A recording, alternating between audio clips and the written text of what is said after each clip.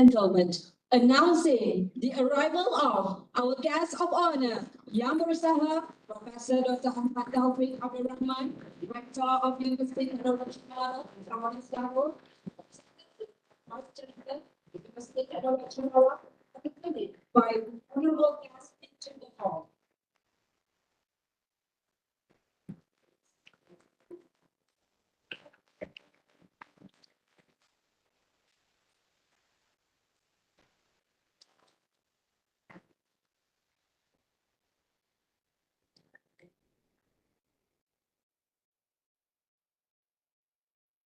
Ladies and gentlemen, kindly remain standing for National Anthem Negaraku.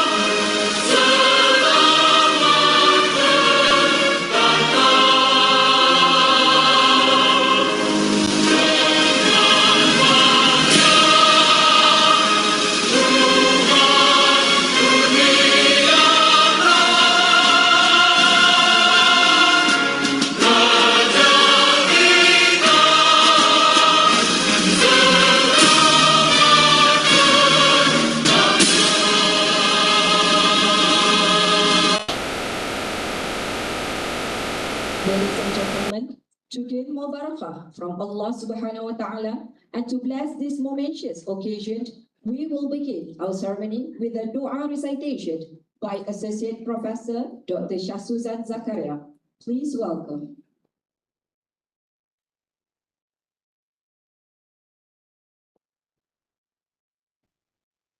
Al-Fatiha.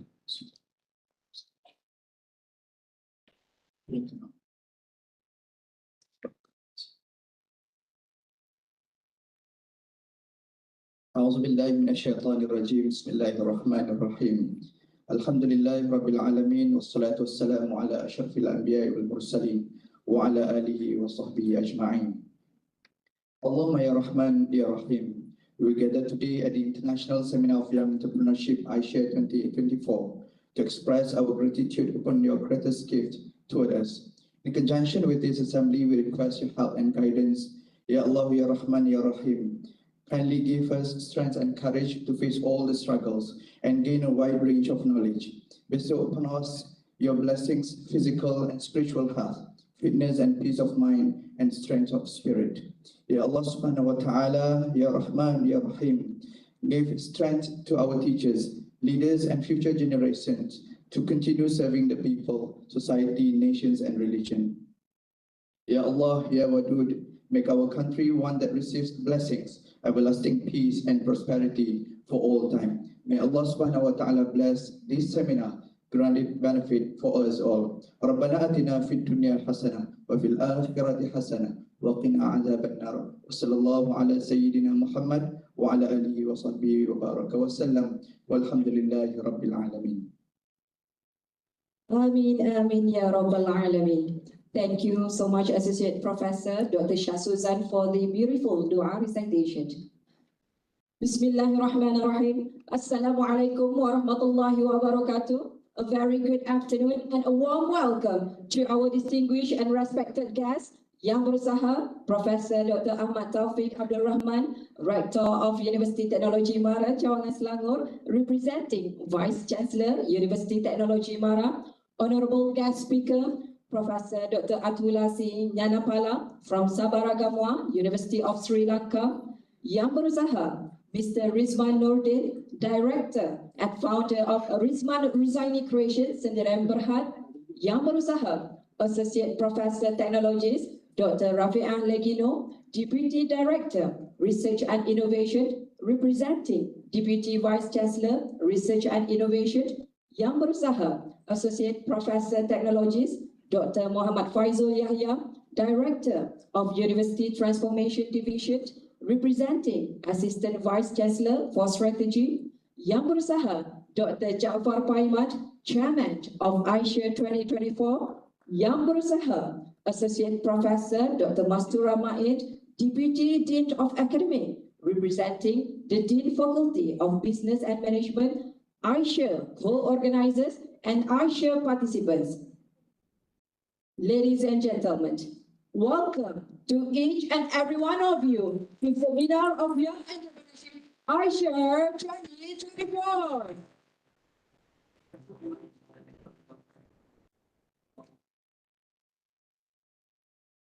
My name is Naja and I'm from Faculty of Business and Management, and I'll be your Master of Ceremony for today's wonderful occasion. Thank you everyone for your wonderful presence for today's event.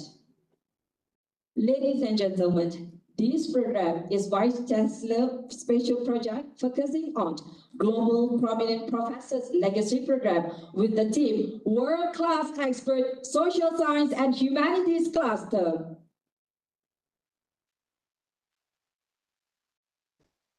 Ladies and gentlemen, to kick off this afternoon program, I would like to invite the project leader of this program, who is also a chairman of Asia, Yang Berusaha, Professor Dr. Ja'far Paimat, to deliver his welcoming remarks. Please welcome.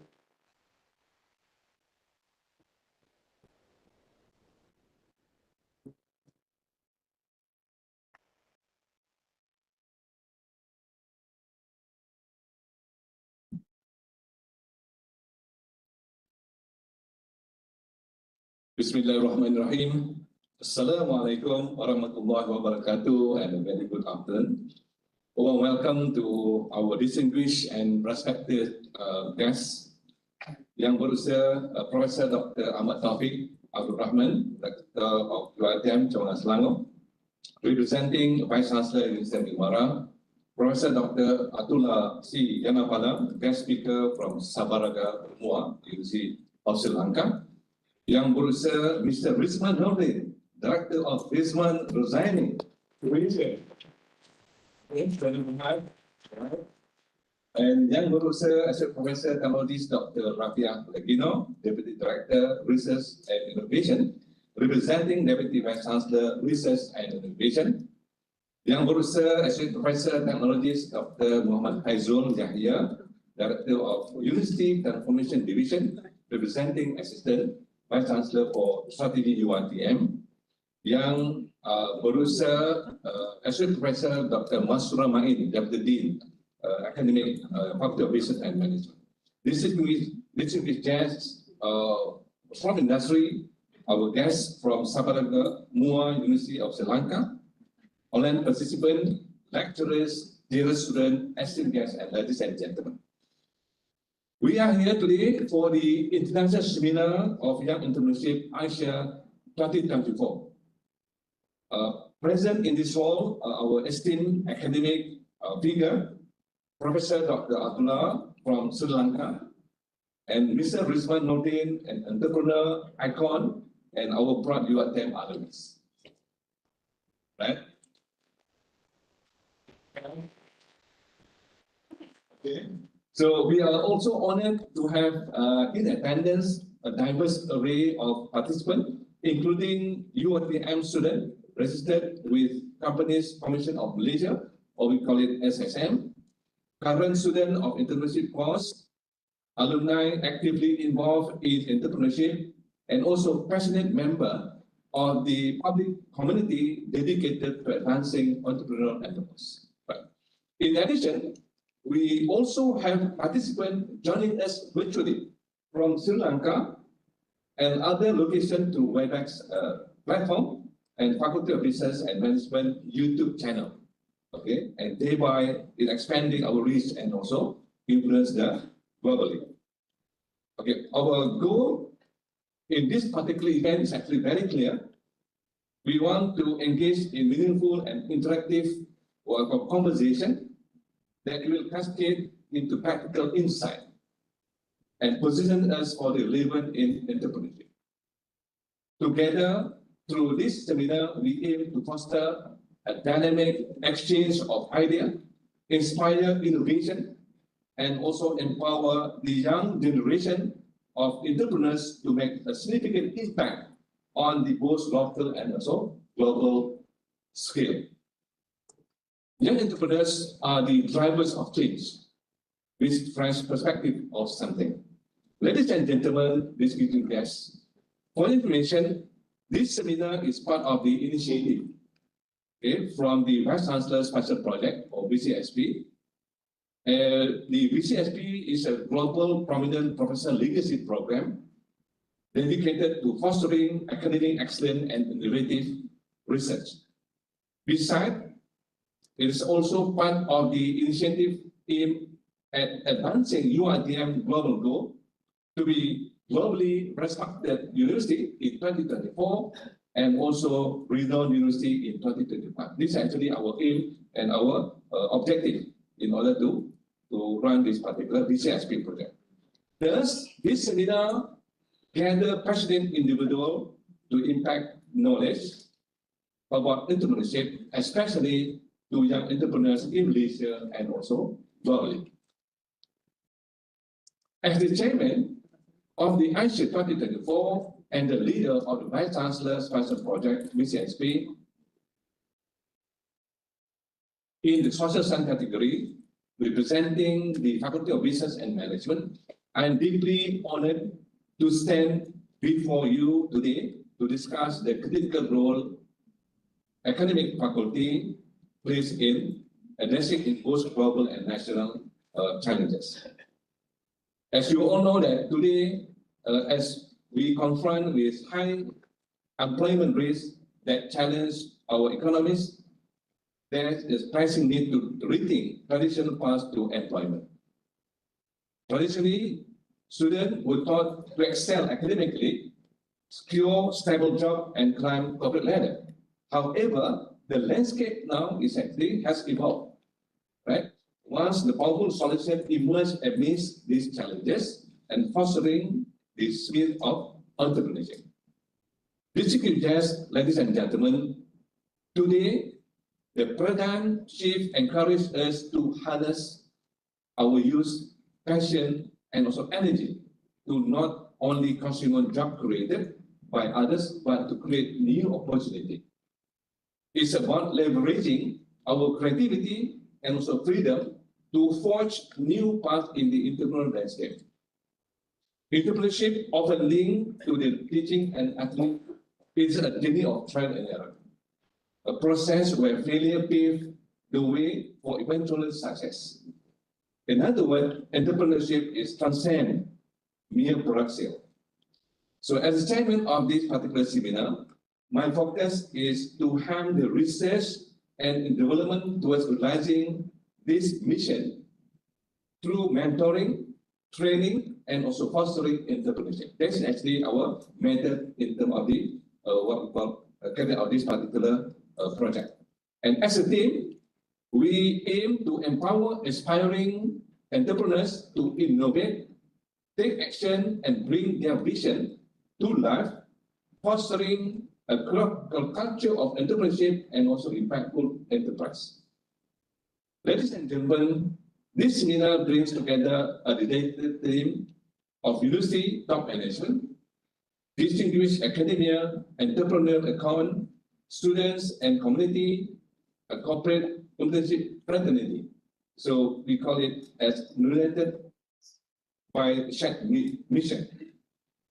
I'm certain that our collective goal is to foster innovation, drive impactful change, and build a sustainable future for young entrepreneurs. As we work together toward this vision, the importance of collaboration and shared commitment cannot be overstated. Ladies and gentlemen, to conclude, I would like to extend my heartfelt gratitude to all distinguished guests esteemed speakers and also participants, and especially our working committee who are very, whose dedication and also hard work have been instrumental in this particular seminar in Lenti. So thank you very much to all of you. And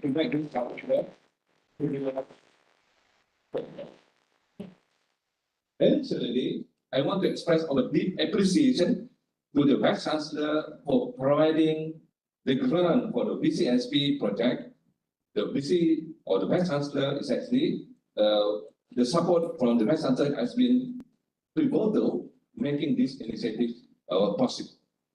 Finally, I hope that ISHA 2024 continues to inspire and also empower future generation of the entrepreneurs. Together, we are shaping the brighter future for the entrepreneurship and the world. So thank you very much, and I wish you all the productive and inspiring seminar. Thank you very much.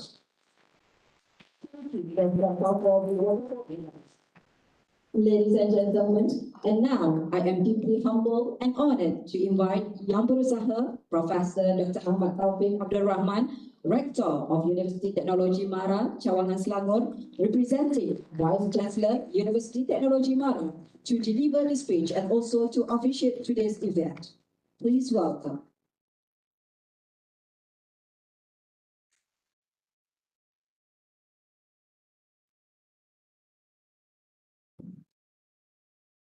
Bismillahirrahmanirrahim. Thank you, Naja. Associate Professor Technologist Dr. Rafiah Al-Ajino, Deputy Director of Logistics and Transportation, representing Deputy Vice Chancellor Research and Innovation. Associate Professor Technologist Dr. Muhammad Faisal Yahya, Director University Transformation, representative for Assistant Vice Chancellor Strategic. Associate Professor Dr. Mastura, Deputy Dean Academic from Faculty of Business and Management. Professor Dr. Jafar Aiman, the Chairman of ISHA 2024 and Project Leader of Vice Chancellor Project VCSP. Our invited speaker, Professor Dr. Atula Ganapala from Sabaragamuwa University, Sri Lanka, and Mr. Rizman Nordin, Director and Founder of Rizman Ruzaini. Distinguished guests, ladies and gentlemen, Assalamualaikum warahmatullahi wabarakatuh. Salam sejahtera, salam Malaysia Madani, dan salam UiTM di hatiku. Greeting for everyone. Alhamdulillah, with profound gratitude, we acknowledge Allah's grace and blessing that have made this gathering possible on this special day. A warm welcome and selamat datang to all esteemed invitees and participants. On behalf of the UiTM Vice Chancellor, Professor Dr. Shahrin Shahib, I welcome you to this inspiring seminar, the International Seminar of Young Entrepreneurship, ISHA 2024, dedicated to our young entrepreneurs. Today, we celebrate innovation, ambition, and the indomitable spirit of entrepreneurship that drives progress and change in our world. Allow me to congratulate the organizer of ISHA 2024, who brought together young entrepreneurs from Malaysia and Sri Lanka, creating a vibrant platform for knowledge exchange and collaboration. Ladies and gentlemen, entrepreneurship education faces several challenges, including a lack of practical experience, inadequate resources, rigid secular and skill gaps, cultural and social barriers, insufficient industry collaboration, and difficulty in assessment also hinder the effectiveness. The ISHA seminar under the Vice Chancellor's Special Project VCSP Research Grant in the Social Sciences category represent a significant milestone for UiTM in its ongoing commitment to nurturing and developing young entrepreneurs. Guided by UiTM 2035 strategic plan with priority on quality education, global excellence, and value-driven performance, the seminar demonstrates UiTM's role as a leader in higher education, driving the social economic development through research and education in entrepreneurship and related field, and cultivating the practical outcomes that can benefit aspiring entrepreneurs. Insider is more than just a lecture series. It facilitates knowledge sharing among young entrepreneurs from Malaysia and Sri Lanka, promoting cross-cultural learning and networking opportunities, providing a vibrant avenue where diverse perspectives converge, fostering innovation and creating a new ventures.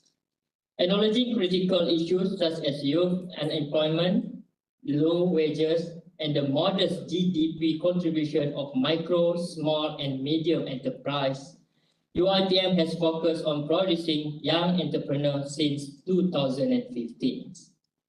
This strategy empowers young people to become job creators rather than job seekers, fostering innovation and driving economic growth. The government's commitment to transforming micro, small, and medium enterprise (MSMEs) into global leaders speaks volumes about its strategic economic growth and sustainability vision. The proactive approach of aligning this initiative to national objectives empowers students by equipping young entrepreneurs, with essential skills, knowledge, and resources, playing a crucial role in shaping the future of Malaysia's business landscape. Under the National Entrepreneurship Policy 2030, the focus on enhanced MSMEs capability and global competitiveness is crucial for sustainable of economic growth. By actively engaged in initiatives like incubator, accelerators, and industry partnerships, UiTM provides students with invaluable opportunity to develop their entrepreneurial skill and turn innovative ideas into viable businessmen. These support programs are essential for nurturing a new generation for business leaders who can contribute significantly to Malaysia's economic landscape. Ladies and gentlemen, we are privileged to have distinguished speaker, Professor Dr. Atullah from Sri Lanka and Mr. Rizwan Nordin from Malaysia, who will share their insight and experience with us today. Their wisdom will undoubtedly provide valuable guidance to navigate your entrepreneur's journey. I encourage you to listen instantly and ask questions and every opportunity to learn from their expertise. In the spirit of entrepreneurship, remember that failure is not the opposite of success, but a part of the process. Each setback is a lesson, and each obstacle is an opportunity to innovate and improve. Perseverance, resilience, and adaptability are your greatest allies. As we embark on this seminar, let us foster a community of support and collaboration, network with your peers, exchange ideas, and build the relationship that propel you forward. On that note, I express my deepest gratitude to Professor Dr. Jaafar Paiman, who played a pivotal role as the chairman of this seminar, the hardworking organizer, the speakers, and all the participants for making Asia 2024 a reality. Your insight and expertise are invaluable, and your participation greatly enhances the quality of this seminar. Without further ado, in the name of Allah, the most precious, the most merciful, I hereby declare the International Seminar of Young Entrepreneurship 2024 officially open. Thank you. Assalamualaikum warahmatullahi wabarakatuh. Thank you so much, Yang Berusaha, Professor Dr. Ahmad Taufik, for the beautiful speech. Now I will kindly request for Professor Dr. Ahmad Taufik to remain on stage to receive the token of appreciation from the Chairman of Asia 2024. Please welcome Yang Berusaha, Professor Dr. Jaafar Paiman on the stage to give the token to our rector.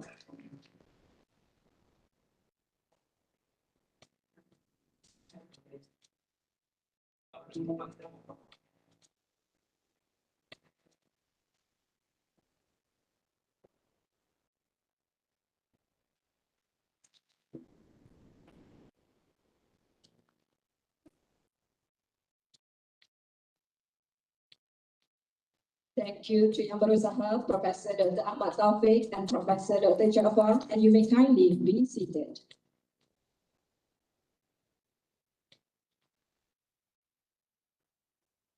And now, ladies and gentlemen, esteemed guests and honored participants, it's time for the highlight of the event. We will now proceed to the next section with the title, Discourse on Entrepreneurship, the Success of Young Entrepreneurs. This session will be moderated by our senior lecturer, Puan Nini Hartini from Faculty of Business and Management. Please welcome on stage.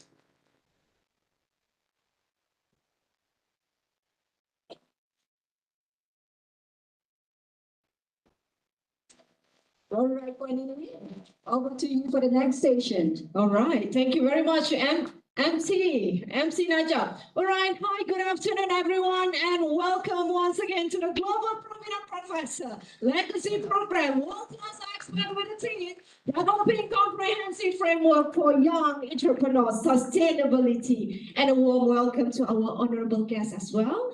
All right, before we dive into the session, let me just introduce myself. My name is MC Nini, and I'll be your moderator for today's event. All right, to our online participant from Sabaragamua, from University of Sri Lanka, your engagement underscore the inclusivity and reach of today's discussion. And so, ladies and gentlemen, let's make the most of this opportunity to learn from each other and spark the fresh ideas to shape the future of entrepreneurship. All right, ladies and gentlemen, before we move on, let's take a moment to watch a captivating montage that celebrates the creativity and impact of our esteemed guests. Let us watch the montage.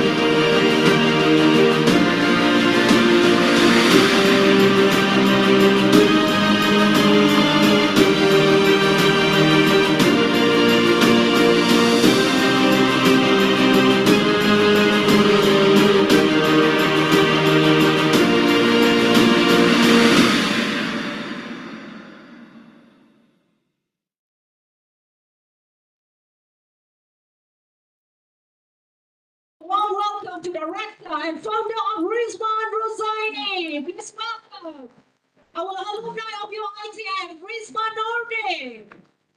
Assalamualaikum. Have a seat. Assalamualaikum. Hai, apa khabar semua? Alright, I'm nervous sebenarnya tau nak duduk sebelah you ni. Okay. Assalamualaikum and very good afternoon to Rizman. How are you? Alhamdulillah, I'm good. Macam mana perjalanan ke UiTM Shah Alam? Okay. Okay. And, alright, actually. Tidur sebenarnya tadi dalam kereta. Itulah panjang perjalanannya tu nak sampai ke sini tu. Understand? Alright, we actually very excited to have you with us today, and I believe Rizman Rozaini have give inspiration to our young entrepreneurs, especially in the fashion industry. Okay, we move on to the first question. Okay, Rizman. All right.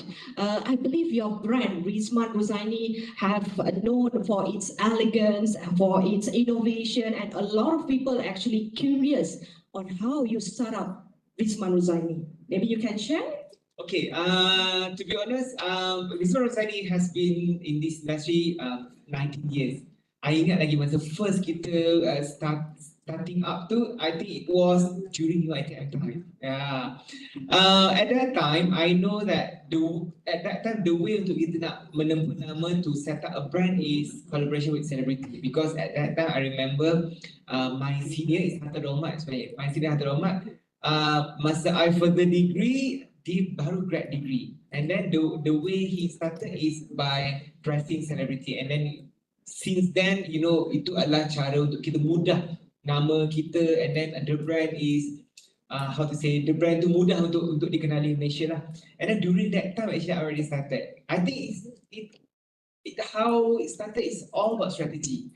Masa time tu I still remember, during that time, you know that all of us akan buat practical kan. Masa tu kita buat practical, and then fashion student at that time you practical dekat magazine. Practical dekat butik-butik. I started the trend practical dekat magazine because I know that I can got the contact. It's all about strategy. And then bila tengok Hatta menggunakan celebrity, and then I know that I have to pick the top of the top. Masa tu, of course, the goal is to dress up Siti Nurhaliza. But I know it's not easy because kita fashion student masa time tu kan. Then what I did is I pick who is the person yang Siti I can look up to on fashion, and then I strategize, and then I know that that person is Ziana Zain.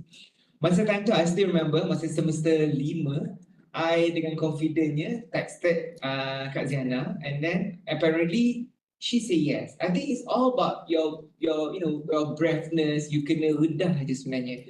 And then when she say yes, and then apparently that dress, I still remember masa tu mesin jahit pun tak ada lagi. Kita practical, kita menjahit kat bangkit ATM, and then bila Ziana Zain pakai, and then that dress is being featured in, dalam one of the magazine, and then Siti tengok, Datuk Siti tengok, and then Siti asked, who is this Rizwan Zaini? She wanted to try, and then that is how it started lah, sampailah sekarang. Yeah. Alright, dengar tu adik-adik, daripada semester 5 pun dah ada keberanian nak mencuba kan. Betul. Nak mulakan bisnes. So nak mulakan bisnes memerlukan keberanian sebenarnya kan. Passion dan passion pun sekali lah kan. Alright, moving on to the next question, Rizman. So you dah go through your punya businesses. So of course akan ada challenges yang you akan face. So what are the challenges yang you face during building up Rizman Ruzaimi? Okay, to be honest, I think the challenges along the way, there is a process of, you as a fashion designer becoming entrepreneur. That is the big challenge because we don't have that knowledge. Masa I belajar fashion dulu, we know it's very straightforward. Kita belajar fashion, we know that exactly what we need to do in fashion, potong, pattern making, sewing and whatnot. But how to do the business, how to do marketing, how to do finance and whatnot, that is the process. I think if you ask me, that is the biggest obstacle yang I face. And then along the way is a journey, and then we gain from experience. Again, I love the opening speech that Chancellor cakap tadi. We fall and then we go back. The failure is just not opposite of success. It's just a stepping stone to do better and better. And then, I think the knowledge is the biggest challenge at that time. And of course, dengan knowledge ni, we don't know, what to do. And then bila satu obstacle datang, we need to overcome that. That is the thing, yeah. Okay, so knowledge is the key point in order for you to become a successful entrepreneur. Bukan dalam entrepreneur sajalah, dalam apa saja bidang saja yang you nak ceburi, of course you need a knowledge. Okay. Moving on to the next question, maybe you can share a bit. Siapa sebenarnya idol you in terms of doing your fashion? Okay, to be honest, time by time it changed sebenarnya, because again, when we arrive to one place, and what's next, kan? I still remember my first ever idol is John Galliano. John Galliano is the creative director of Christian Dior at that time. John Galliano have given me a biggest inspiration to do fashion actually, because I love the femininity dalam fashion yang dia buat, and how he created very very interesting way to do a fashion, because John Galliano ni dia punya sifat is very eccentric, but in a way it's very commercial kan. Dia macam tak tahu, mungkin dalam ni bukan student fashion, so I tak nak elaborate so much on that. But selain daripada John Galliano, along the way tu, my biggest idol, my inspiration is Bernard Arnault. Bruno Arnold is the founder of LVMH, and then who knows actually can all the brands all the big brand all over the world is owned by someone. You know, it's crazy. It's just crazy. Yeah. Alright, okay. So to Rizwan Huzaini pun mungkin one day pun akan jadi the biggest name juga, insyaAllah kan. Yeah. Going to that, so the baru-baru ini pun Rizwan Huzaini has gone international, everybody. Right. Okay, a big congrats on that. On Naomi Campbell wearing yours, and also the latest one is Lady Gaga. Okay, maybe you can share your experience on that. Okay, to be honest, Rizwan Huzaini has been in this industry 19 years, and then kita tahu kat Malaysia ni, you know, who's who yang tak pakai baju Rizwan Huzaini lagi kan. When you talking about marketing part or celebrity, who's who, you know, from Datuk Seri Siti Nurhaliza sampai lah ke Maron Counter, all dah pakai baju Rizwan Huzaini, and then all the royalties, all the fashion people, client and whatnot, everyone is wearing, most of them is wearing Rizwan Huzaini. So I asked Huzaini, what's next actually for us? And then I think kalau kata, to be honest, kalau nak ikutkan kita ni, I think it's, you know, more than enough already. I pun dah kahwin, dah ada anak kan, Huzaini pun dah kahwin, dah ada anak. But I think it's about time for us to, you know, to tengok what is the what is the gap between the fashion industry in Malaysia and also with international scenes in fashion industry. So I think the gap is the exposure, the knowledge, you know. So I think I want to be that person to fit in the gap. Sebab I know that the legacy yang dah dicipta oleh Datuk Profesor Jimmy Choo, Zhang Toy, even Bernard Chandran, you know, and then sampai situ legacy tu mati kat situ je. There's no one, literally no one, you know, fashion designer or businessman yang sambung that legacy. I think it's about time untuk kita go to that, you know, go to that phase. And then I told Huzaini, let's do, you know, let's go international, because kalau kat Malaysia ni kita dah cukup dah. What's next? Let's go international. And then I think because of almost 20 years, 2 decades in this industry, we know exactly what we're going to do. Contoh, we know that the 5 biggest fashion city in the world is Paris, Milan, New York, London, and Dubai. So we need to choose which ones that yang mana kita masuk and kita boleh do the exposure and also it's come back into business. I think 19 years in this industry, no more just for the sake of going for, you know, for branding. Apa semua tu dah habis dah. Tu segment tu dah habis. Now branding and coming back. You know, whatever that we spend, we have to make sure it's coming back to us. So we choose Dubai. Dubai is like is a new hub that really, you know, somehow is very connect to us. The way that we do business, one thing, and then our identity. Kan orang tahu Rizwan Huzaini ni very famous with all the bling blings, you know. That thing is very on in Dubai. And then plus Dubai ni satu tempat yang kita rasa is not yet discovered. You know, okay. Then kalau kata kita pergi Paris, if let's say kita pergi Paris kan, I don't think people will care as much as Dubai. And then masa time tu, we decided to go Dubai. And then we hantarlah all the application to go Dubai. Kalau nak pergi hantar, even nak masuk Dubai, it's not an easy. You know, we have to send our profile and so on and so on. And then one thing about Rizwan Huzaini ni, we always know how is the roadmap to go there.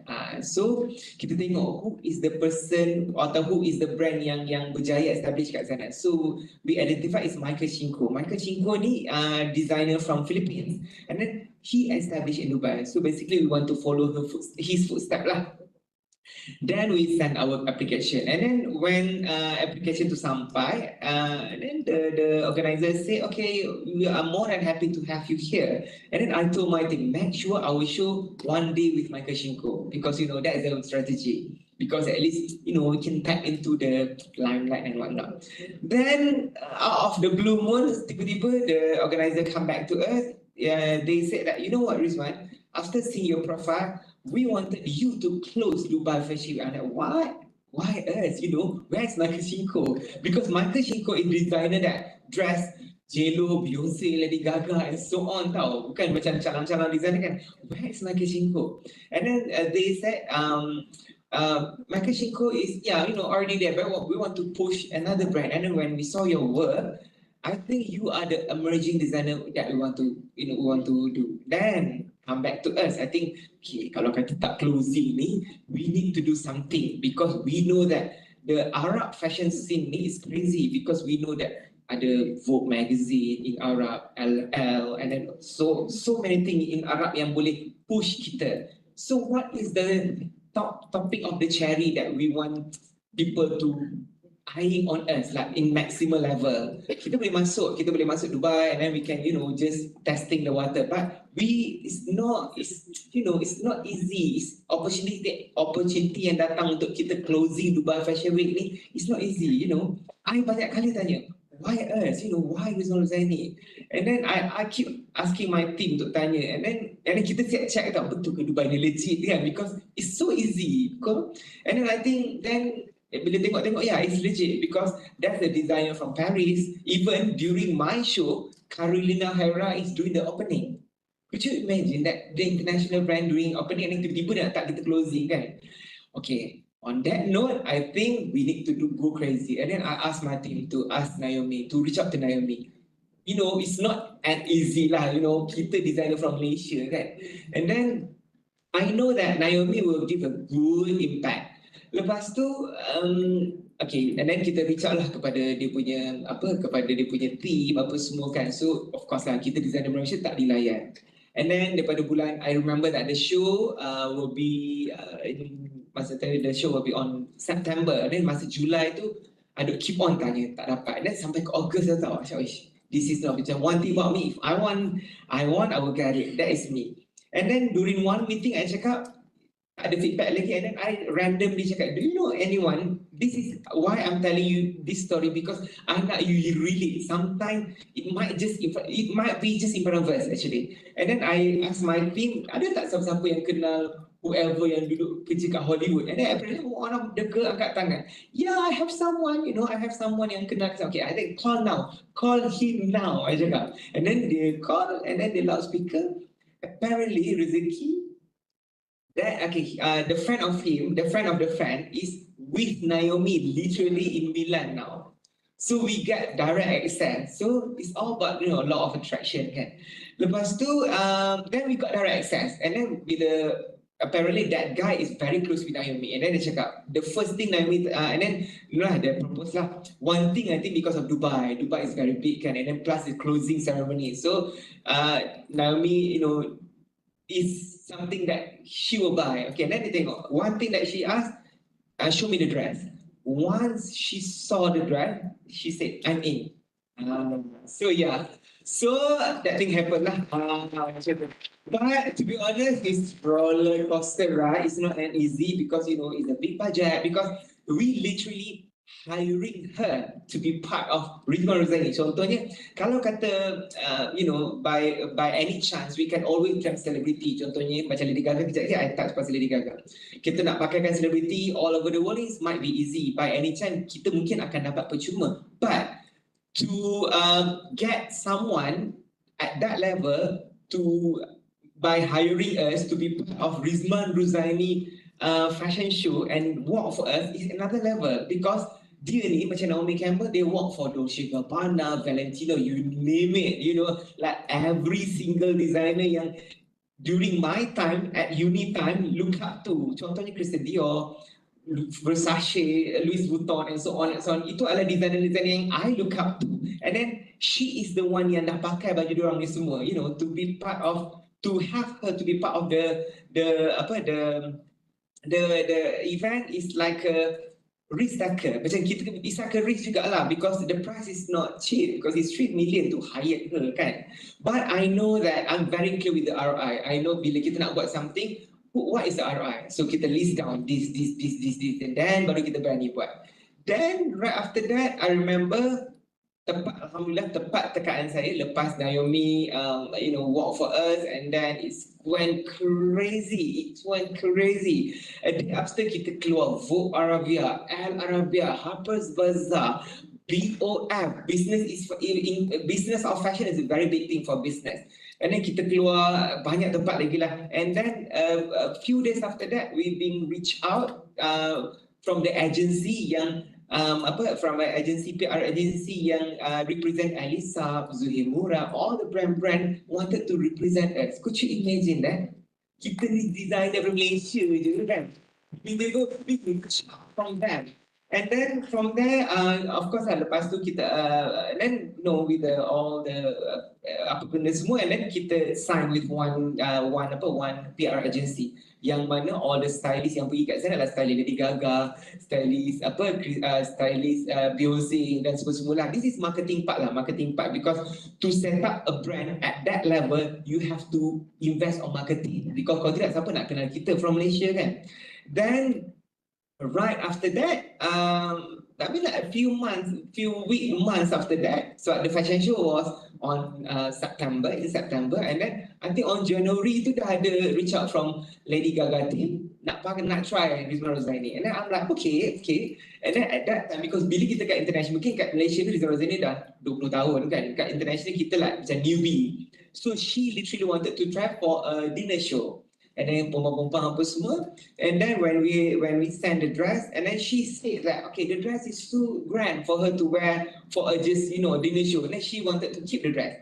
And then masa time tu kita pun ada juga negativity on our side kan, lah mesti rejection ni, but it's fine, when the time is come. And then apparently rezeki Allah dipakai, dan betul lah dia cakap tu, she wanted to keep for a better event, which is for her concert at Las Vegas. And then baju-baju designer lain dia pakai is Ralph Lauren, it's Versace, and then apparently it's Rizwan Rozaini. It's crazy. But apart from that, one thing that made me really proud is I think by the end of the day, it's all about craftsmanship. It's all about the keikhlasan kita bekerja, because Rizwan Rozaini is all about the craftsmanship yang mana OCD yang sangat tinggi. So every single baju yang keluar daripada Rizwan Rozaini, it have to be like I believe it's like an ambassador, because mouth to mouth promotion is the fastest promotion. Amen. So bila Naomi tengok our dress, she literally said that, Rizwan, how many hours that you take to do this, because your craftsmanship is crazy. It's crazy. And then how long you've been in this industry? And then dia cakap lah, 18 years. Oh my God, where have you been 18 years? World should see this, dia cakap. And then right after that, I think a few weeks after that, and then she gonna have dia akan ada exhibition of her 40 years of Naomi in fashion industry, and then dia akan ada the exhibition. And then few weeks after the fashion show, apparently tiba-tiba the curator of the fashion show called me and then say that, you know what, Rizwan, I constructed by Naomi herself. She said that that's amazing dress that she wore in Dubai. She wanted that dress to be part of the exhibition. Macam tu. So it's crazy. Satu adalah kita buat kerja yang betul-betul, people will recognize it. And then I baru balik dari London sebenarnya last week, and then I went for a launching, and then I literally cried like baby. Because bila kita kat exhibition tu, could you imagine, I tengok dress, in front of me is Chanel, Versace, Alexander McQueen, Christian Dior, Louis Vuitton, Burberry, and there, Rizwan Rozaini up there. I'm like crazy. It's crazy. I remember during my time, during we started, I remember that I told Rozaini, I said, why not we do brand together, so at least one day people will know us as Dolce & Gabbana Malaysia. And then today, our creation being displayed just beside Dolce & Gabbana. Alhamdulillah. Yeah. Alright, such an inspiring journey. Nak jadi entrepreneur ni bukan senang, even though nak berjaya, even dah berjaya pun still kita nak sustain the business tu is another process of it. Okay, I believe all of the entrepreneurs in this hall really proud of our Rizwan Rozaini. Okay, Rizwan, I nak tanya. Okay, you pairing with Rozaini, ada tak pernah gaduh? Gila tak? Of course. Kita nak tanya nanti Yeah, kan. of course, yeah. Tapi by the end of the day, I think it's all about exception. Sebab apa? Sebab kita tahu, you know, ada orang ada kelebihan, ada kekurangan, and then it's all about the bonding, and then kita menerima seadanya. And then I think one thing that we need to identify, what is the strength between both of us? Macam me as a managing director, and of course as the mastermind lah, macam Ruzaini ni, one thing about him, he's very passionate in terms on creative side. So he is the creative director and I'm the managing director. All right. Okay. I think that is all the time that we have for our Rizman dekat sini. Okay. So maybe you last word. Maybe you have advice kepada adik-adik kita dekat sini yang nak memulakan business. So how they want to venture and what your advice on that? Okay, I think the most important is you need to have a goal. Goal needs like a destination, and then from the goal, then only you can do the roadmap. How is the best way for you to, which is the best way for you to choose in order to arrive to the destination that you choose? That is very important. You have to be very clear, and then again, all the obstacle, all the challenges, just challenges. You have to go through that. Jangan patah balik, jangan sakit dan sebagainya. Whatever, banyak orang tanya I tahu, how you went through the hard time. Just go through it, walk through it, feel the pain, rasakan segalanya, and go walk through the door. That's the only way. Yeah. True. So sebab daripada situlah kita akan learn from experience is the best teacher. Alright. With that, thank you very much, Rizman, for sharing with us today. And I believe you have a question and answer. A question from the floor. Jangan tanya pasal discount Okay. Anyone yang nak tanya? Bukan senang kita nak ada Rizman dekat sini. Alright, please come forward.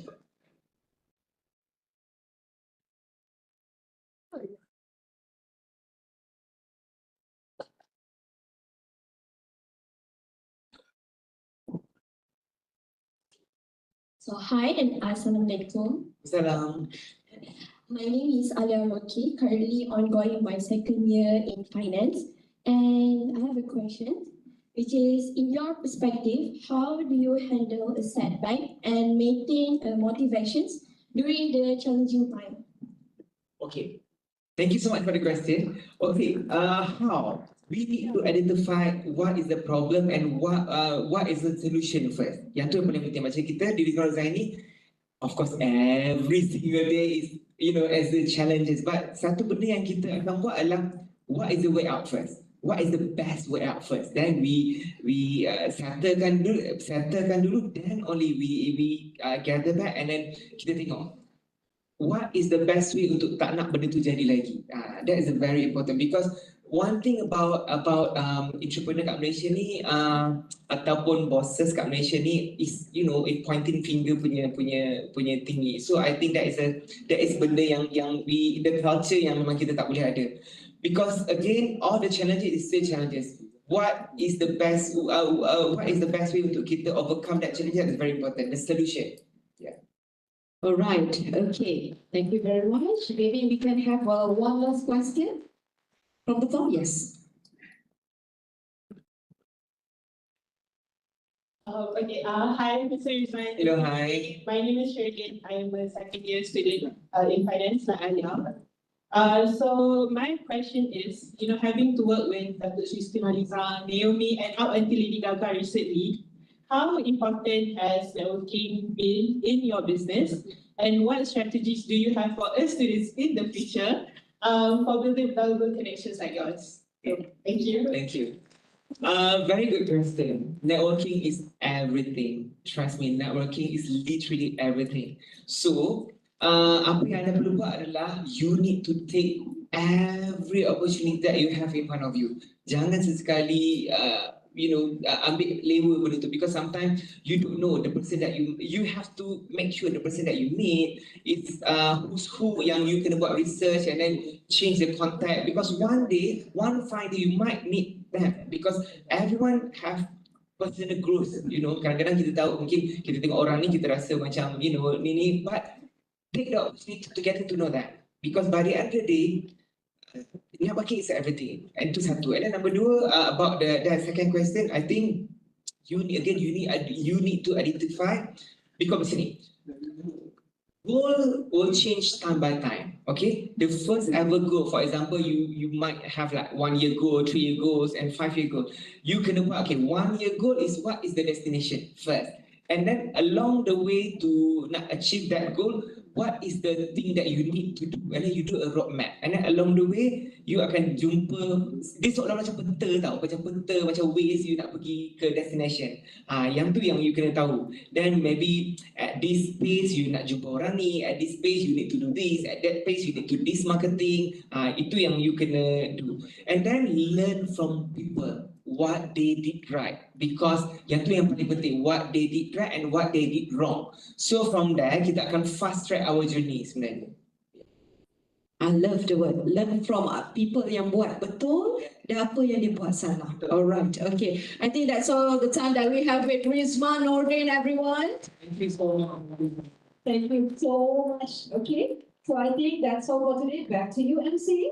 All right, thank you so much, Mr. Rizman and Panini, for that engaging and fruitful discussion. Ladies and gentlemen, let's give them another round of applause. For the next session, we would like to request Mr. Rizman to remain on stage to receive a token of appreciation from the Chairman of Asia 2024. Please welcome Yang Berusaha, Professor Dr. Jaafar Paiman, to give the token to our distinguished guests.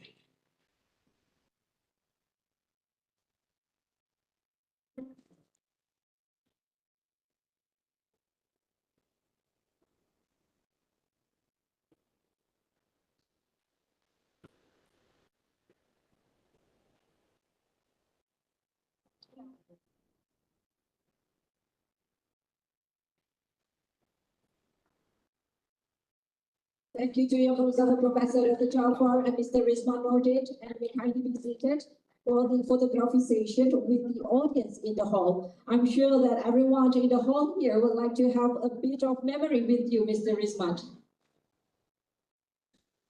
Can we have the photographer on the stage? All right, participants, maybe would you mind to sit closer at the center of the auditorium so that we can take a picture with Mr. Rizman Ruzaini?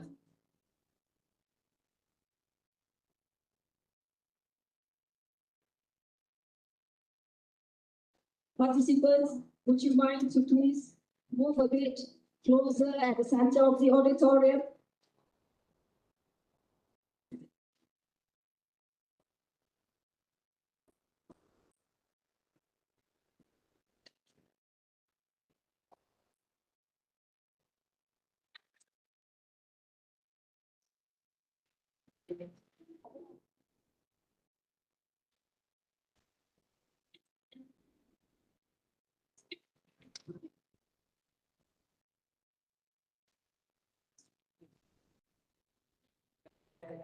All right, are you all ready? In 3, 2, 1, say cheese. One more time, freestyle. All right, thank you so much, everyone. Let's give another round of applause to Mr. Rizman Nordin. Rizman Nordin.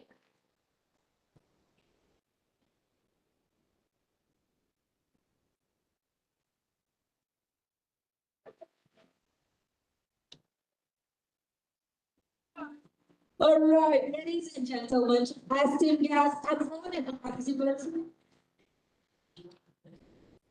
All right, before we proceed to the next session, let me read for our today's speaker. Professor Dr. Atula Nyanapana is a distinguished professor of tourism management associated with the Department of Tourism Management at the Sabaragamua University of Sri Lanka. Currently, he serves as the Dean of the Faculty of Management Studies at the same university. He has also served as the Acting Vice Chancellor of Sabaragamua University of Sri Lanka for nearly 6 months. Additionally, he had previously held the positions of the head of the Department of Tourism Management and Program Coordinator for the Master Science in the Ayurvedic Hospital Management Degree Program. Prof. Dr. Atullah Nyanapala currently serves as co-editor-in-chief of the South Asian Journal of Tourism and Hospitality. He has an impressive record of research publications, books, chapters, articles, and journals. Ladies and gentlemen, without further ado, we'll now proceed to our virtual seminar by Professor Dr. Atullah Nyanapala from Sabaragamua, University of Sri Lanka, with the topic, The Role of Microfinance in Developing Young Entrepreneurs. All right, now let us watch the live stream of the talk by Professor Dr. Atullah. Hi, Prof. How are you today? Hello. Can you hear me? Hello? Can you hear me clearly? Hi, Prof. Sorry, Prof. Can you hear me? Yeah, I can hear you. All right. Thank you so much, Prof. The floor is yours. Over to you. Thank you, Prof. Okay. Let me allow to share my slide.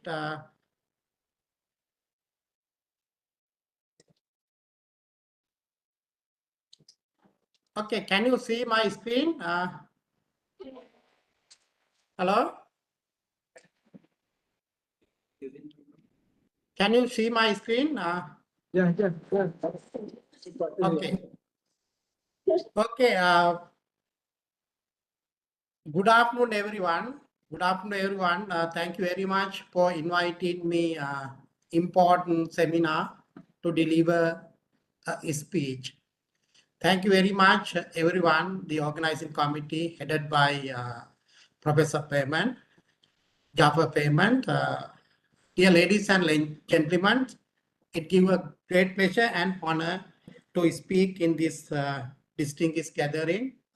Permission from the Honorable Vice Chancellor of the University of Technology Mahara, Professor Dr. Sherin bin Sahib, Deputy Vice Chancellor. Then the keynote speaker, Mr. Resam Nordin, the project leader, Professor Jafar Payman, distinguished gathering, ladies and gentlemen, dear students. Then I am going to talk a little about the role of microfinance in developing young entrepreneurs. Especially, I would like to pay attention about the young entrepreneurs' sustainability. This project, Vice Chancellor Special Projects, Global Prominent Professors Legacy Program, the world-class expert organized by the University of Technology Mahara, Malaysia.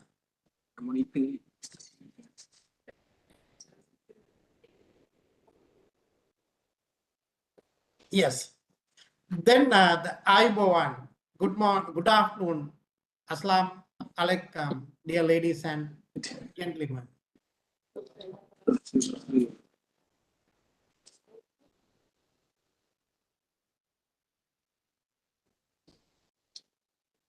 Yeah, this is the content I am going to discuss in this forum.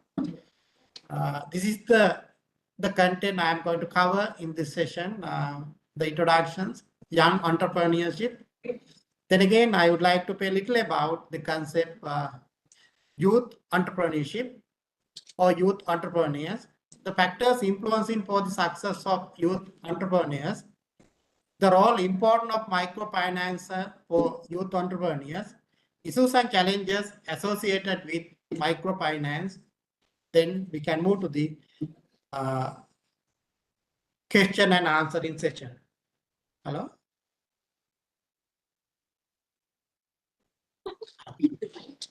Okay.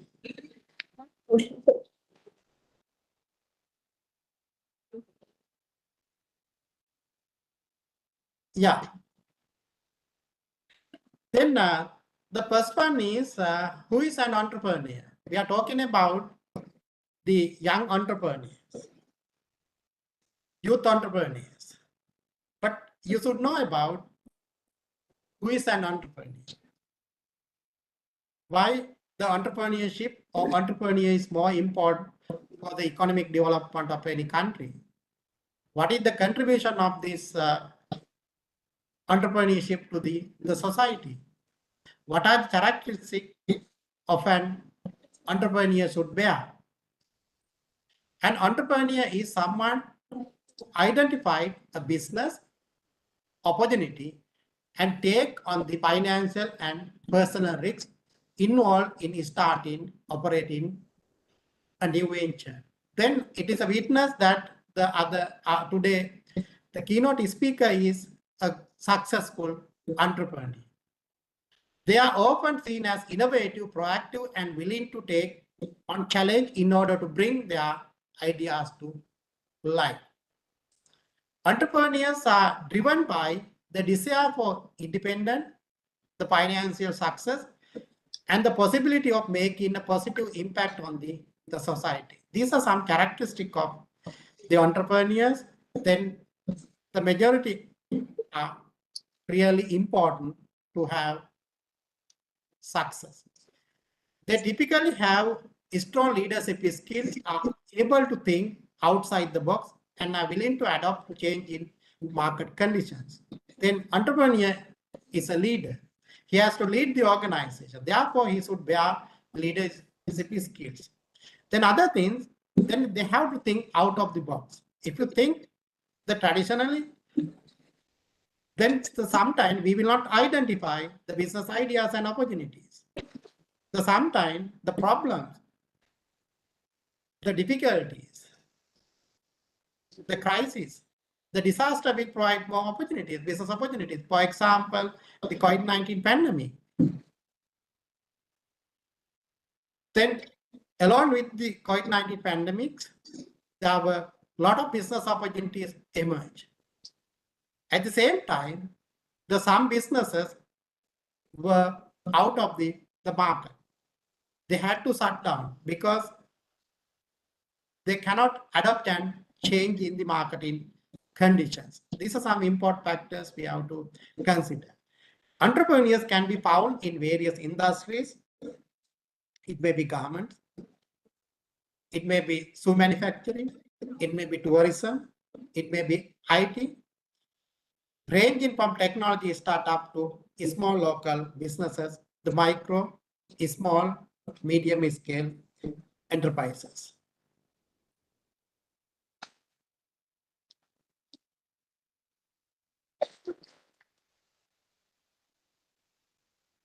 Then we are talking about the young entrepreneurs. Young entrepreneurs are individuals who start and operate their own businesses at the relatively young age, often before reaching the middle age. So what is the classification? What is the age categories we can use? We know that there are different generations starting from baby boomers, Generation X, Generation Y, Millennial generation, Generation Z, and Generation I generations.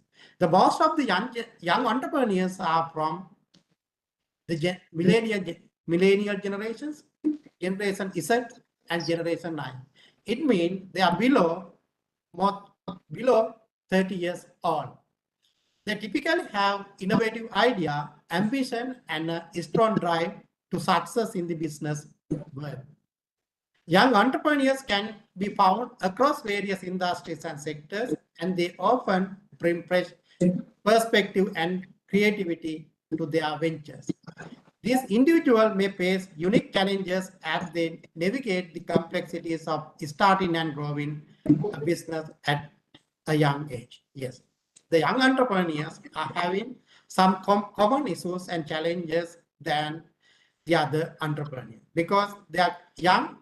At the same time, their lifestyle, their personality, their experience, then the acceptance of the financial institutions may be questionable. Therefore, they have to face some unique problem and issues. But they also bring energy, enthusiasm, and eagerness to make positive impact of the economy, even though they are facing some challenge. But based on their energy, their courage, the motivation, the enthusiasm, and the positive attitudes, and their business plan will make positive impact. Then the other one is, I mentioned you, there's a concept called the youth entrepreneurship. Youth entrepreneurship, the businesses which are started by the young. Youth entrepreneurs refer to the involvement of young people in creating and running their own business or ventures. Involve individual under a certain age, as I mentioned previously, below 30 years, often with the focus on those who are still in the school or early in their careers. We know that some schools, the high school, they also promote the entrepreneurship. Even school level, high school level, they will start some business startup. Even in universities, when you are in undergraduate levels, then you will learn about some subjects about entrepreneurship and business startup. Then you can try. Due to the advanced telecommunication technology, it is very easy to run your businesses virtually. Then we always think about the business we can see physically, but we know that some businesses we can run virtually. For example, ICT-based consultancies, even the travel agencies, then we can run virtually while doing the other one also. Now the global distribution channel is more advanced. Then while staying at your home, you can sell their product to the global market. Even you are stay in Malaysia, then you can send your product to Europe, the US, even Sri Lanka. Youth entrepreneurship program and initiative aim to encourage young people to develop their ideas, tasks, risks, and pursue entrepreneurial opportunities. This effort can help young people to gain valuable skills, both hard and soft skills. To be a successful entrepreneur, you should know about the knowledge, the theoretical knowledge, the concepts, model theories behind. At the same time, you have to have the soft skills, such as leadership, the creativity, innovation, problem solving, self-motivation. The financial literacy also really important for the success. Youth entrepreneurship can be an important driver of economic growth and job creation, as it fosters a culture of creativity and self-reliance among the young generations. Then the most of the time, the undergraduates, our students, after their graduation, they like to work in some firm. At the end of the month, they can get the salary. But very rarely people motivated to start their business. Then you can become a successful entrepreneur without seeking job seeker. You can be a job creator. This is one of the important factors I want to highlight in this forum. Then what are the factors influence the sustainability of entrepreneurs? The factors can influence the sustainability of the young entrepreneur. Even though you are interested to start business, you have started a business, but your sustainability, your survival is depend on different factors. The first one is the business coaching, mentoring, and support. Then our elderly people, your grandparents, your father, sometimes they have started their business without any the guidance, the mentoring and support based on the knowledge and skill. But currently, the market is more complex, more competitive, and the technology is ever evolving. Therefore, then you need to have the proper coaching, the business coaching. Business coaching is becoming more popular in any country. Then you need a mentor. Then at the same time, you need support from then your colleague, your parents, your teachers, and the community. Then the second factor is you need the money. You have the financial issue that you have to solve it. Ability to acquire the required fund. You are having some ideas. You are ready to market it, but you need money. You need the finance, but the financial issue. Then how do you finance? This is one of the important factors. Then again, when you talk about the entrepreneur, the attitudes and beliefs and behaviors are different from our elderly generations. Sometimes they will think they want to have a success within a very short period of time, but the success will come overnight. Therefore, you have to have the entrepreneurial skills and training. You have to have the skills, the necessary skills. At the same time, you have to have the relevant training related to the field in which you are going to start your business.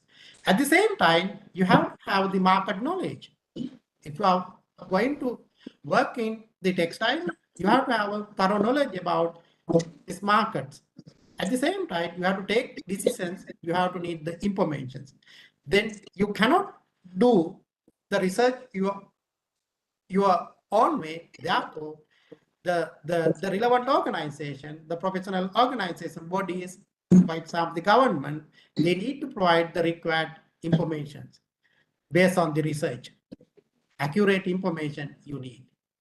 Then the other one is the resilience and adaptability. You will start a business, but you have to face so many issues and challenges. It may be the crisis situation. For example, the COVID-19 pandemic in 2020. At the same time, the economic crisis of some countries.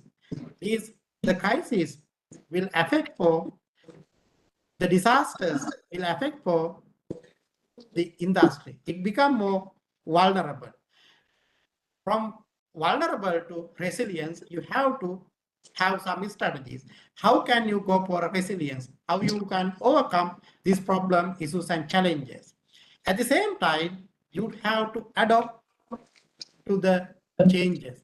The environment is changing, therefore you have to adapt and change. These are some important factors you have to learn. So sometimes you will not get this information, this advice from others, but as an entrepreneur, young entrepreneur, then you have to acquire some skills. Then the other one is the regulatory environment also more important. The government should involve, because we know that even though we produce some products, the import product will come to your market. Sometimes the import product price may be less than your product price. Therefore, the people will move toward the import goods. Therefore, the government, they have to think about how to regulate the market and protect the entrepreneurs. Other one is the technology transfer and adoption. We know that the technology is changing and evolving.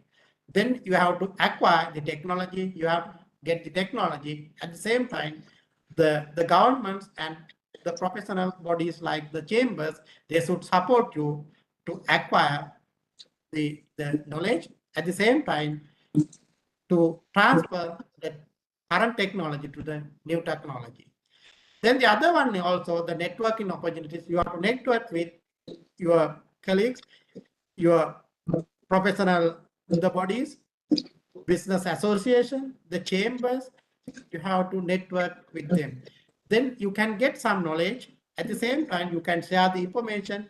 This is really important. If you try to do you alone, sometimes you cannot be a successful entrepreneur. So sometimes you will take some wrong decisions. Therefore, the networking among the entrepreneurs, the government bodies, the professional bodies, the chambers, the financial institutions are really important. The other one also, you need the resources, access to the resources. Then it may be this your raw materials, at the same time the infrastructure facilities, the manpower, everything you need to have. At the same time, you have to think about your customers, your market. Then whether they like your product, they really need this product.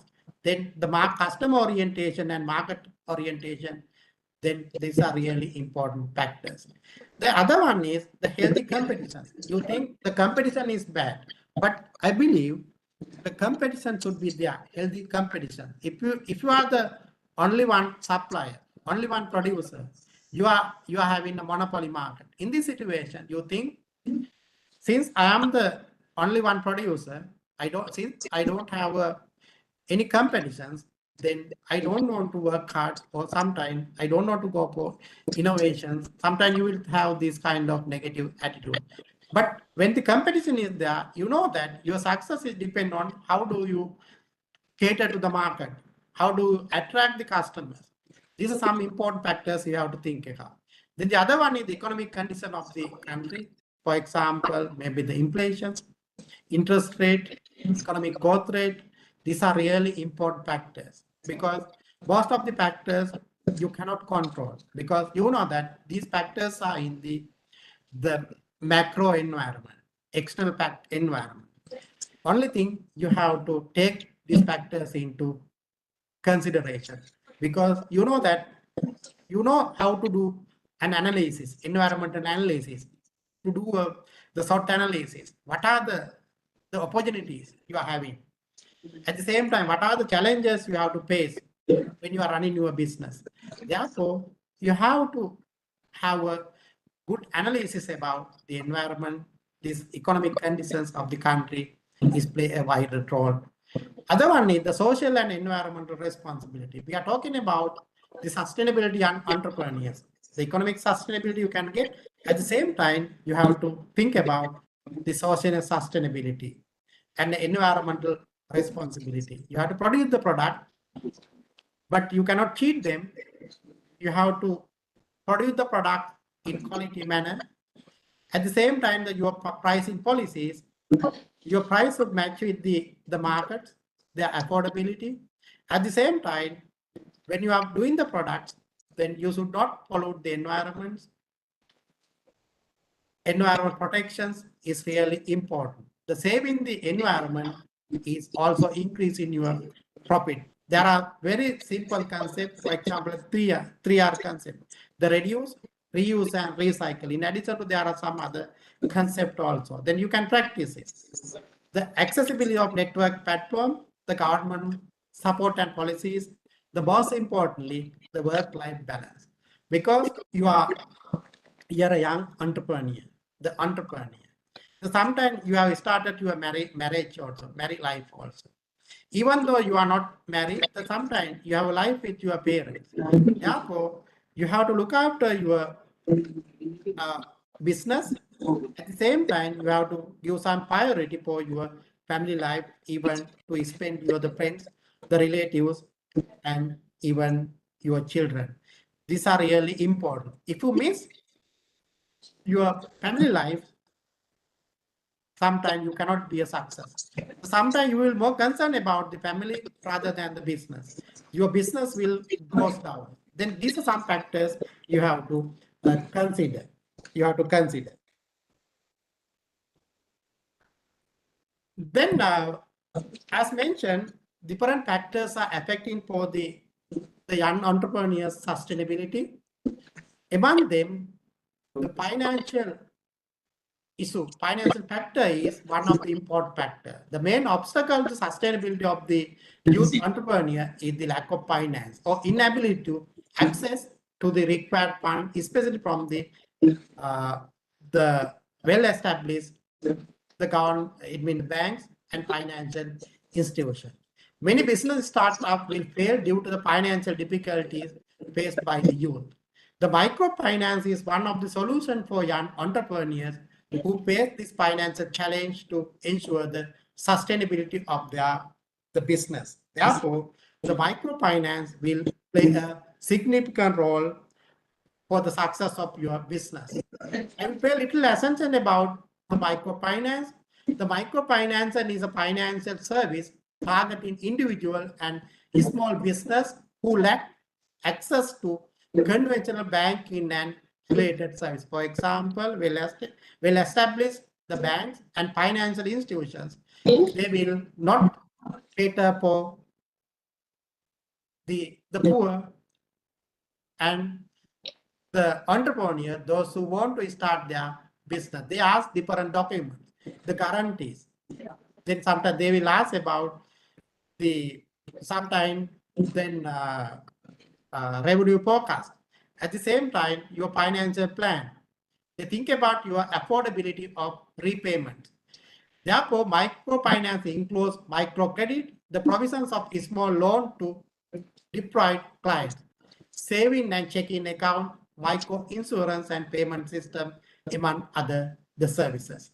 Microfinance services are designed to reach excluded customers, usually poorer population segment, possibly socially marginalized or geographically more isolated, and to help them become self-sufficient.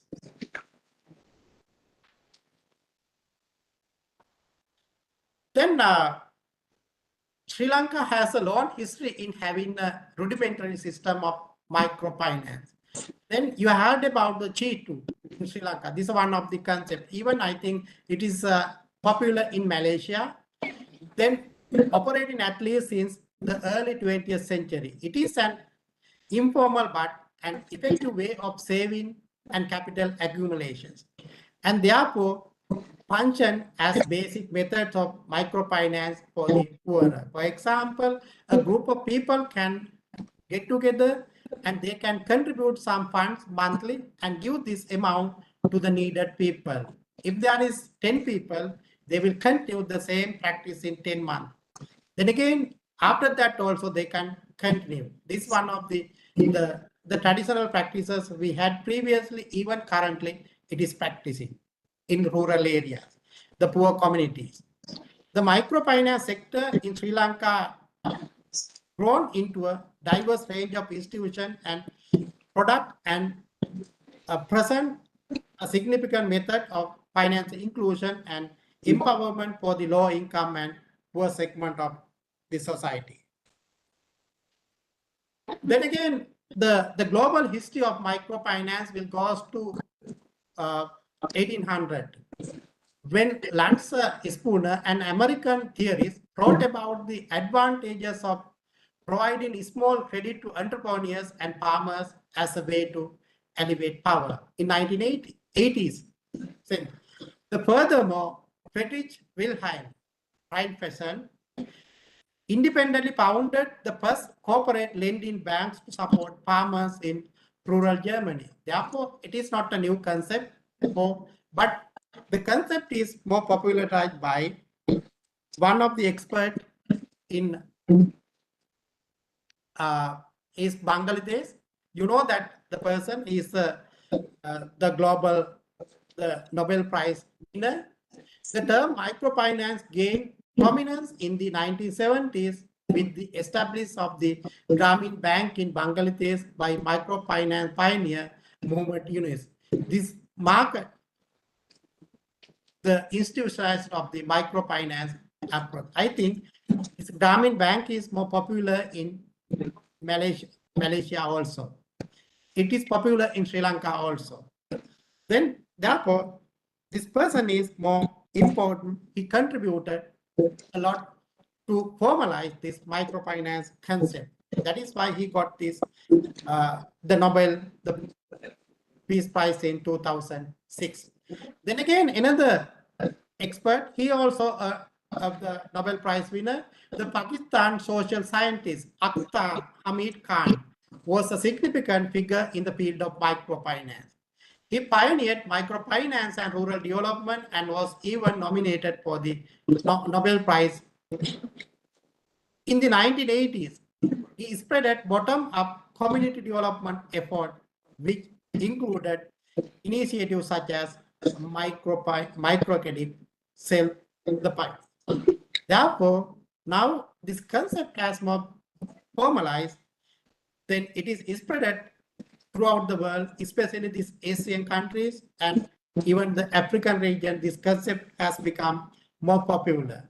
Then we are talking about the young entrepreneurial development in Malaysia and Sri Lanka, in this Asian continent. Then this microfinance can play a significant role. Then what is the role, the import of microfinance when compared with our other financial sources? The microfinance play crucial roles in fostering entrepreneurship development, especially for individuals who lack access to traditional financial services from especially the well-established bank and financial institution. by providing a small loan, saving account, and other financial products tailored to the need of low-income entrepreneurs, microfinance institutions empower. Then, especially not only the finance they provide, at the same time they follow up the entrepreneurs, whether they are performing well or not. At the same time, they think about the capacity, what they are having. If they don't have a capacity, they have some capacity building program to enhance their capacity. It may be the management skills, the marketing skills, the financial literacy, they do it. Individual to start expand the businesses.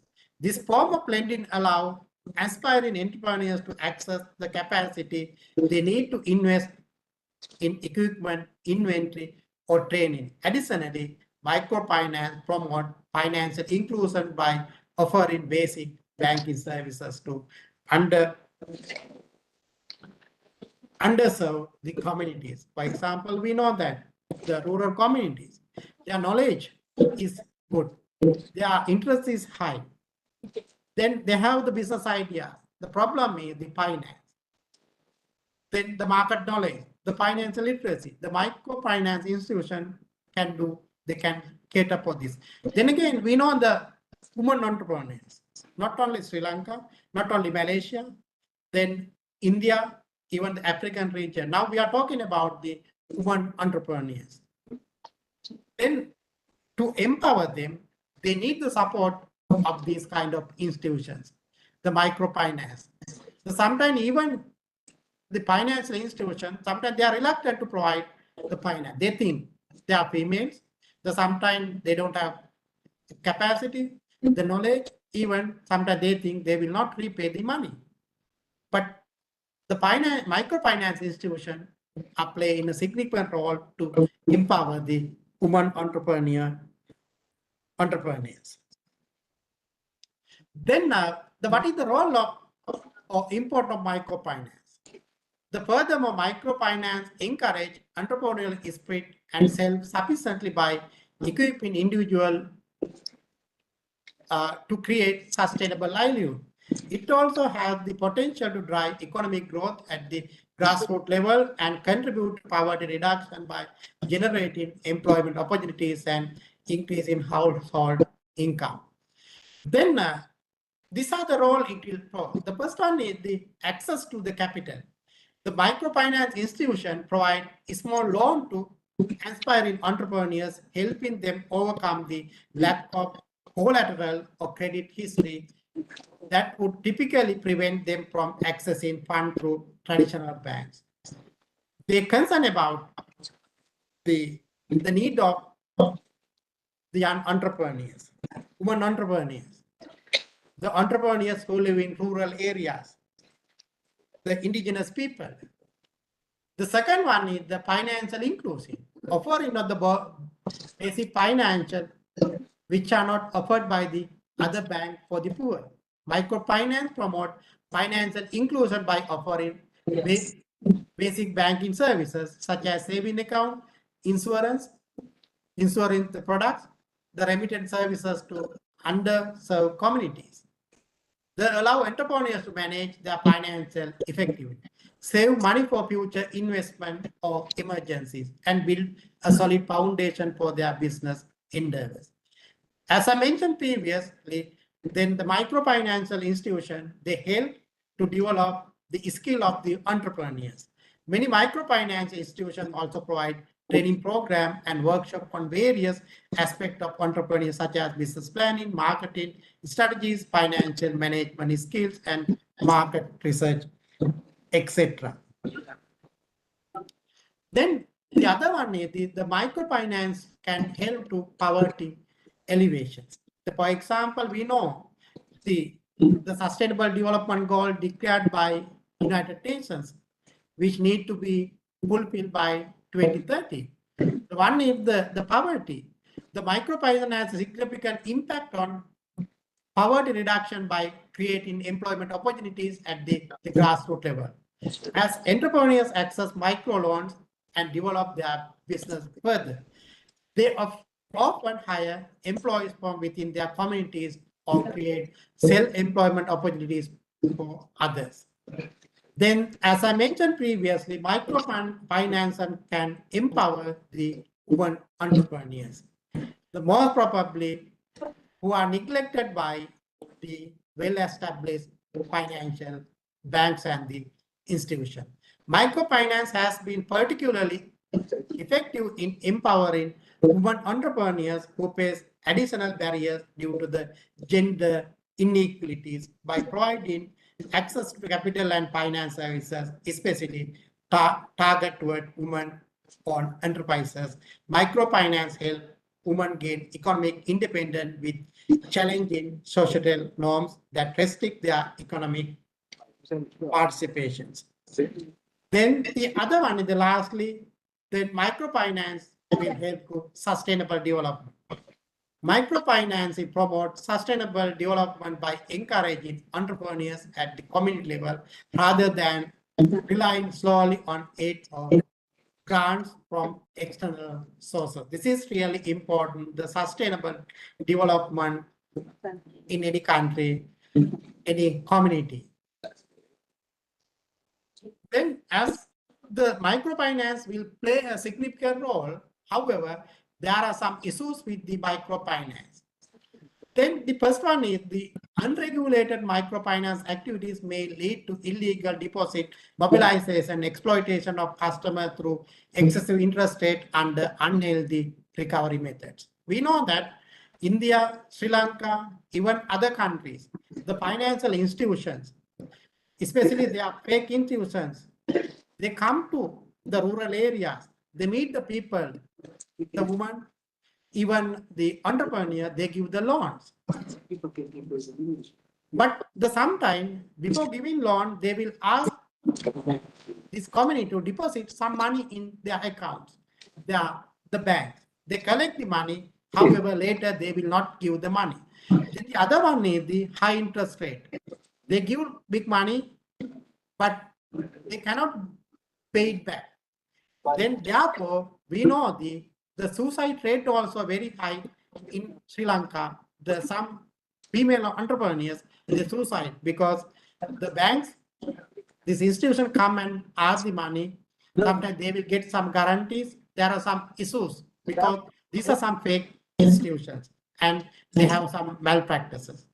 Furthermore, poor corporate governance in these institutions would lead to poor payment rate, high transaction cost, and recurring losses leading to organization to distress. Therefore, before selecting your microfinance institution, you have to think about the history, the people who run, then whether they have registered at the government institution. You have to think about these things. Otherwise, you face some unnecessary problem because there are well-established, genuine microfinance institutions at the same time, some fake institutions.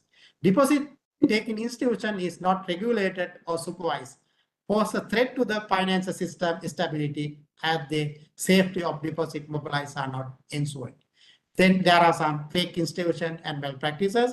Exploitation of customers by this unregulated institution would adversely affect the recipients of microfinance and keep the low income and poor segment within the cycle of poverty, affecting the economic development of the country.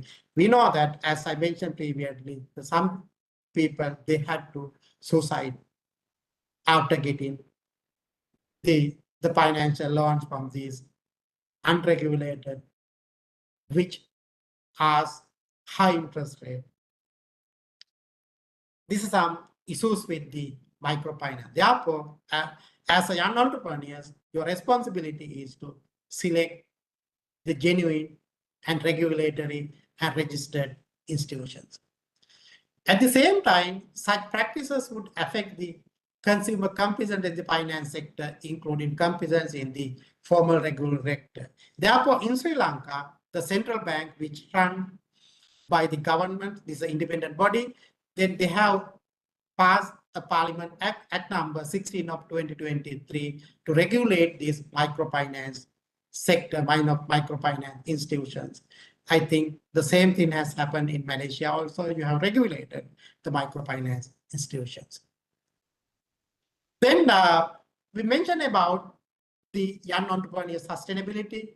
Your projects, your research is mainly focusing about these three pillars.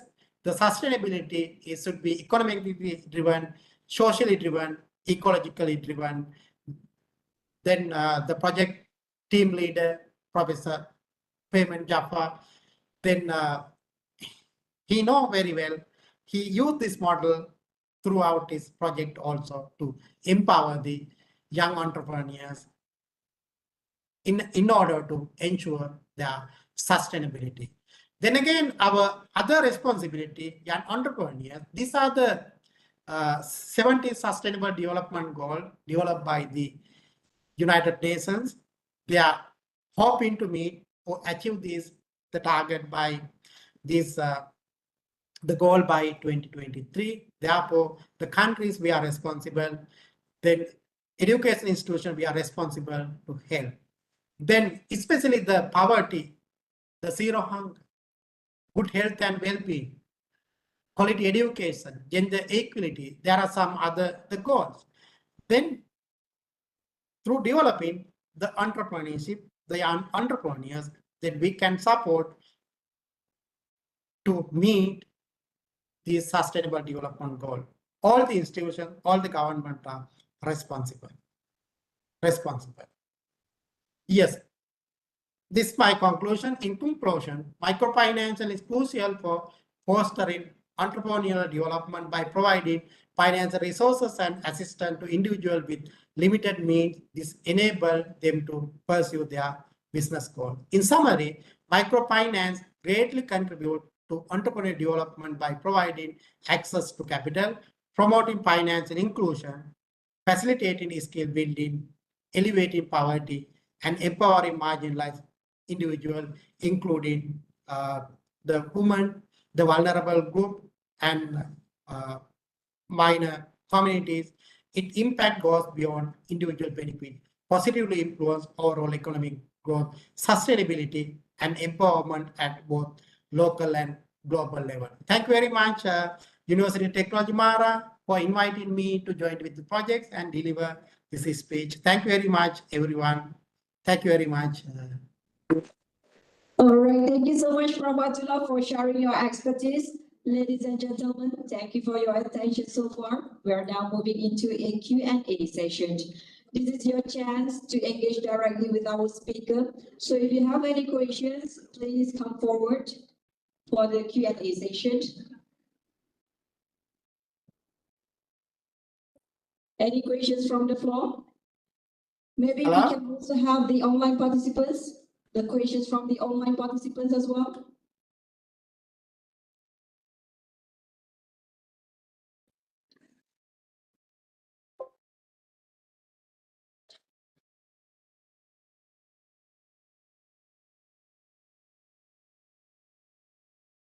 Hello. Hello to Prof. Atullah. My name is Nura Anissa and I am the second year of finance student. My question is, what are the most common challenges young entrepreneurs face when trying to adopt sustainability practice? Hello, I could hear you. Then can you repeat it this again? Then I think the commentator can repeat the questions.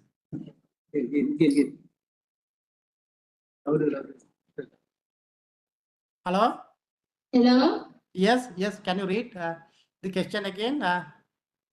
Hello, Prof. Atullah. My Yes, name is yes, I can hear you right now. Okay. Okay. My question is, what are the most common challenges young entrepreneurs face when trying to adopt sustainability practice? Yes, then the main issue is the financial. We know that there are three concepts, three areas of young sustainability, as my last slide highlighted. The first one is the economic sustainability. The second one is the social sustainability. The third one is the environmental sustainability. Especially, they need the economic sustainability. The first challenge is to get the required fund. The required funds, the one of the important factor, and it is one of the challenge. The second one is then they have to have a positive attitude about the business. Then the third one is they have to get the support of the other parties, other stakeholders. The first thing, they should be humble enough to get the advice. Then, as I mentioned previously, they need the coaching, then the mentoring, then they need the supports, then they have to get it. Then the other one is, then they should have plan well. They have to have a proper business plan. Then after starting this business, they should have a very clear vision. Then their end destination. The second one is their goals, their objectives. Then the other one is they very clearly they have some strategies. They have to have a business plan. We know that a lot of businesses will start if you travel any road, even in the Malaysia, or if you go to this the other areas, you can see some businesses are started. But when you travel the same road after 1 month or 2 months later, you cannot see these businesses. The most important thing is our young entrepreneurs, they want to have the success within a 1 day, within a week, or within a month. We know that we have Thank you so much, Prof. Thank Hello? you so much, Prof, for your sharing. Hello? Yes, Prof.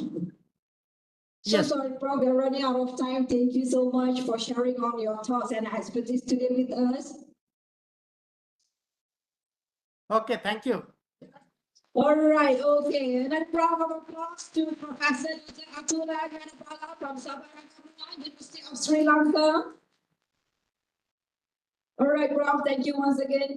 All right, and now I would like to invite all VVIP for a photography session with all of the audience.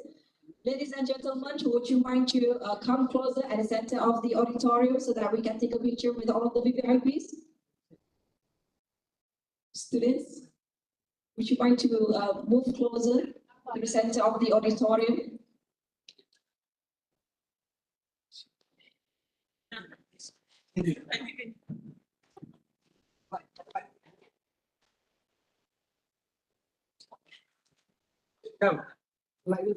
Okay, students.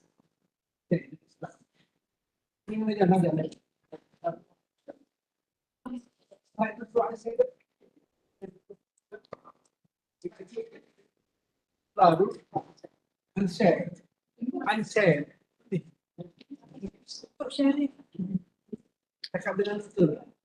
Okay, Prof. Dr. Atula, would you mind to unshare your slides? Hello? Yes, Prof. Dr. Atula. Yes, I can hear you. Would you mind to unshare your slide? Sorry? Stop sharing. Stop sharing. Share your slides, sir. Would you mind? Share your slides. Would you mind to end your slides, Prof. Atula?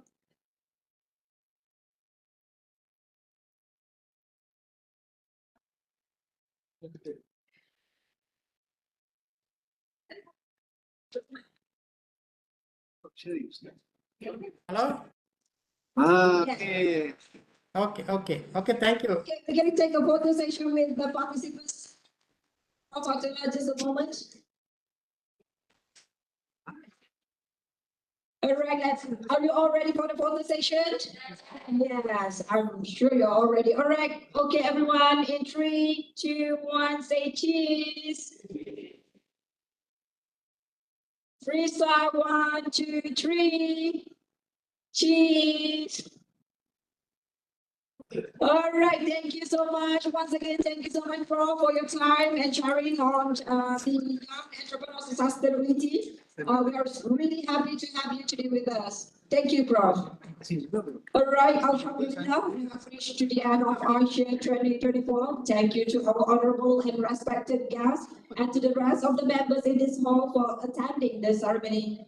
As a representative of the organizing committee, we would like to kindly thank all of you for making this ceremony a success, and we do apologize for any shortcomings. Now, all of the respected guests are welcome to the Pavilion Hall for some light refreshment. Thank you. Okay, thank you. All right, Prof, thank you so much. Bye, Prof.